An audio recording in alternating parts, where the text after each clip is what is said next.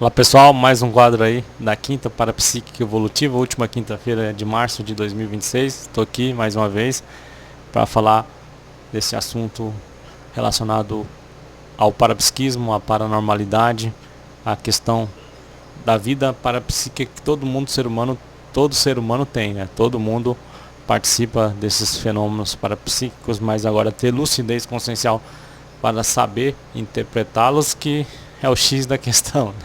Boa parte não tem, né?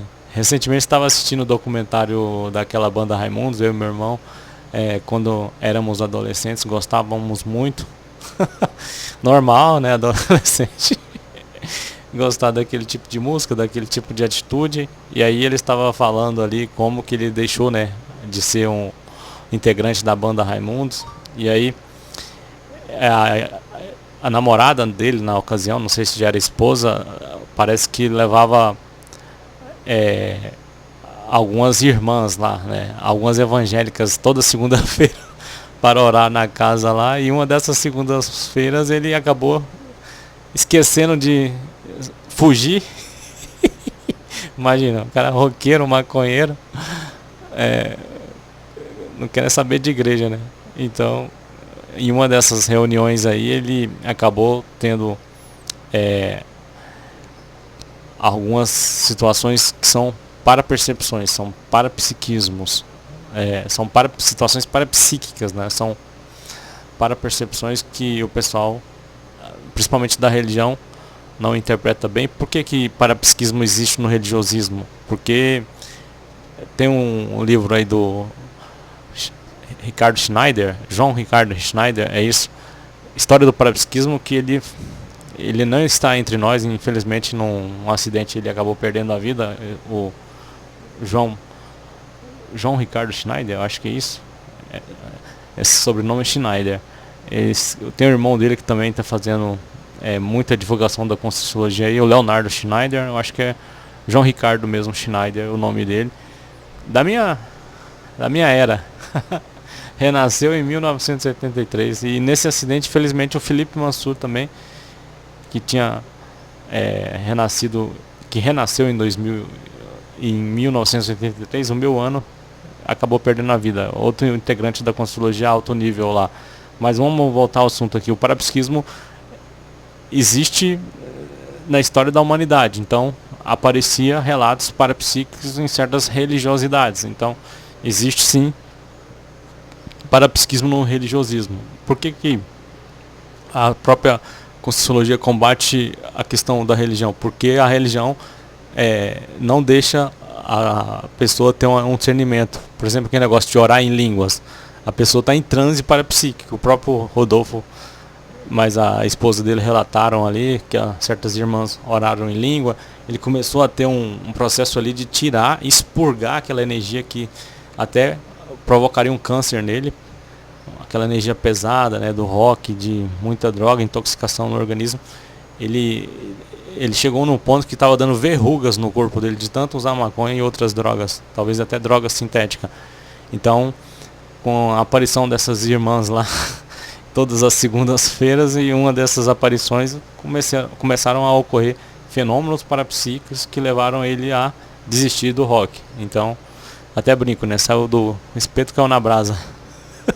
Mas é menos ruim, é economia de males. Então, se ele continuasse naquele mesmo ritmo, provavelmente ele teria um destino muito parecido com Charlie Brown Jr., que acabou entrando em uma overdose ali, bateu a cabeça, morreu sozinho no apartamento. Então, essa questão da drogadição e do rock é bem comum. Normalmente você vê roqueiro viciado em droga, é muito difícil o holopensene, né, o ambiente do rock combinar com religiosismo. Então, são os extremos. Então, pessoal, até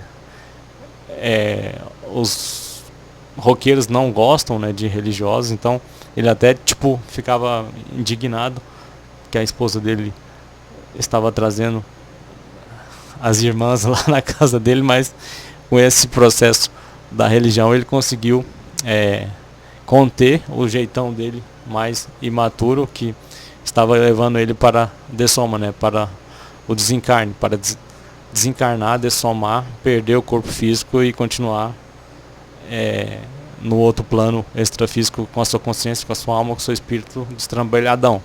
Então é bem interessante o documentário, eu recomendo aí para quem não conhece, para quem viveu isso na adolescência. Eu mais meu irmão fomos num show lá em Goiânia, no Salão Aramacau, lá no setor Jaó. Tem ainda esse salão, só que eles mudaram de nome. É um salão de eventos ali num clube muito famoso de Goiânia, no bairro Jaó, né, no setor Jaó. Então, tem o clube Jaó no setor Jaó. Então, foi bom rever rever as situações que nós passamos, né, eu mais meu irmão. E hoje entendendo, né, que você é um ser parapsíquico, você pode interpretar esses eventos paraperceptivos que muitas vezes são mal compreendidos. Até no livro, eu estava até esquecendo, no livro do Marcelo da Luz, Onde a Religião Termina, ele comunica ali, ele escreve ali num parágrafo, auto-engano parapsíquico, é isso, né? Os religiosos acabam tendo esse engano parapsíquico, então eles interpretam com muito misticismo, né? O parapsiquismo é teórico e prático. Teático, por exemplo, você teve um insight, você teve uma intuição, você teve um pressentimento, aquilo aconteceu, você comprovou. É teórico e prático, não é imaginação, não é alucinação, como muitos materialistas insistem, né, em achar que tudo é delírio, tudo é misticismo. Não. Você pode dominar seu parapsiquismo sem religiosismo, sem auto-engano, sem imaginação desvairada, com o processo do corpo mental, dominando seu lado animal, né? Então, você tendo um avanço mental somático, você acaba dominando o parapsiquismo no dia a dia, aqui nesse período intrafiscalizado. Então, fica aí a dica aí, e essa correlação, né? Que existe sim parapsiquismo no religiosismo, principalmente nos evangélicos, né? Que eles ficam lá colocando a mão para desassediar a pessoa, para tirar as más influências conscienciais e espirituais, mas a própria pessoa pode fazer isso por ela mesma, trabalhando nas energias todos os dias, fazendo estados vibracionais diariamente, aplicando técnicas energéticas eficazes, sem depender de ninguém. Então, tem pessoas que acabam se entregando aos vícios, né, às coisas mundanas, e acabam fazendo uma reciclagem e indo para religiões e igrejas, é a economia de males, mas a pessoa pode fazer isso sozinha, não precisa depender de ninguém, não precisa depender de pastor, de igreja, se ela tiver um domínio da lucidez consciencial, ela tiver um avanço parapsíquico mental somático, né, no desenvolvimento do parapsiquismo, da parapercepção, da paranormalidade de forma mental somática, ou seja, utilizando o corpo mental no dia a dia. Então fica aí o recado nesse vídeo aí na última quinta-feira de março, dia 26/3 de 2026, 26/3 de 2026. Então fica aí o relato para as pessoas que querem desenvolver o parapsiquismo. Elas não precisam se perder em religiosismo, mas aquelas pessoas que acabam se perdendo no dia a dia aí, nos vícios, em situações mundanas bem tacanhas, elas acabam até melhorando, que foi o caso do Rodolfo, quando elas acabam se entregando ao processo religioso. Abraços mega fraternais e até mais, pessoal. Valeu!